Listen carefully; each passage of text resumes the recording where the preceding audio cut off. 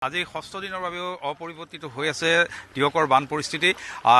জাজি আৰু টিয়ক নদীৰ জলপৃষ্ঠ কিছু হ্ৰাস পাইছিল যদিও কালি পুনৰ সন্ধিয়াৰ ভাগৰ পৰা জলপৃষ্ঠ বৃদ্ধি পাবলৈ আৰম্ভ কৰিছে, যাৰ বাবে আন এক মহাপলৰ সূচনা হৈছে।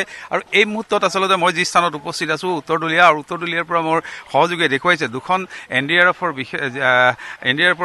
বাহিনীয়ে বগৰীগুৰি যি মিচিং গাঁও আছে, মিচিং গাঁৱৰ পৰা এগৰাকী প্ৰসূতিক উদ্ধাৰ কৰি আনিছে আৰু ইতিমধ্যে এম্বুলেন্স সাজু কৰি ৰাখিছে। আৰু এনেদৰে দেখা গৈছে যে এক অৱৰ্ণনীয় পৰিস্থিতিৰ সন্মুখীন হৈছে এই অঞ্চলৰ ৰাইজ। আৰু স্বাভাৱিকতে এই যি পৰিৱেশ, এই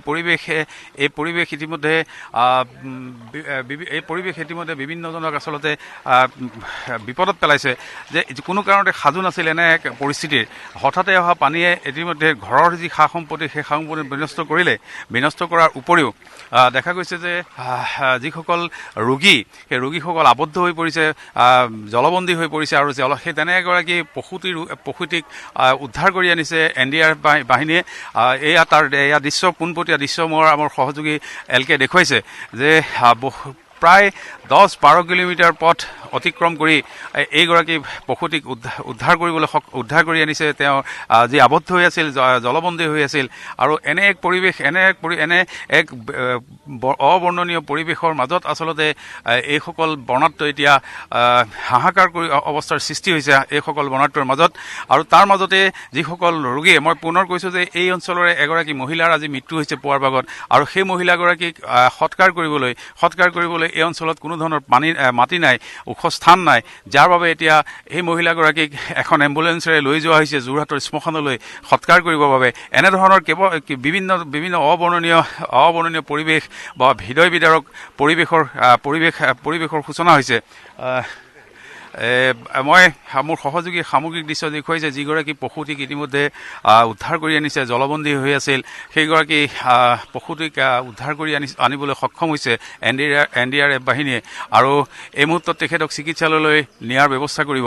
আৰু সেইগৰাকী প্ৰসূতি এই মুহূৰ্তত NDRFৰ যি বাহিনী, সেই বাহিনীয়ে তেওঁলোকক উদ্ধাৰ কৰি আনিছে। মই সামগ্ৰিক দৃশ্য দেখুৱাইছে মোৰ সহযোগী LK।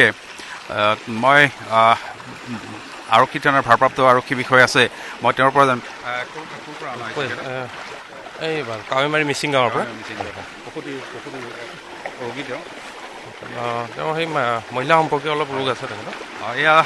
এয়া তেওঁক লৈ যোৱা হৈছে। আৰু এনেদৰে দেখা গৈছে যে বিভিন্ন ধৰণে যিসকল জলবন্দী হৈছে ৰাইজ, প্ৰায় 20-22খন গাঁৱৰ ৰাইজ এনেদৰে আবদ্ধ হৈ পৰিছে বানত। আৰু মই পুনৰ কৈছোঁ যে বানপানী কিছু উপশম ঘটিছিল, কিন্তু কালি বিয়লি ভাগৰ পৰা পুনৰ টিয়ক আৰু জাজি নদীৰ জলপৃষ্ঠ পুনৰ বৃদ্ধি পোৱাত আচলতে এক অৱৰ্ণনীয় পৰিৱেশৰ সূচনা হৈছে। আৰু এয়া আছিল সামগ্ৰিক দৃশ্য। আৰু এনেদৰে এতিয়া বিভিন্ন ধৰণৰ জিলা প্ৰশাসনে বিভিন্ন তৎপৰতা অৱলম্বন কৰিছে। মই পুনৰ কৈছোঁ যে জাজি আৰু টিয়কৰ যি জলপৃষ্ঠ, টিয়ক নদীৰ যি জলপৃষ্ঠ সামান্য হ্ৰাস ঘটিছিল, কিন্তু ঘটিছিল। ধন্যবাদ জ্ঞাপন কৰিছোঁ আপোনাক এই মুহূৰ্তত ৰিজু কুমাৰ শইকীয়া।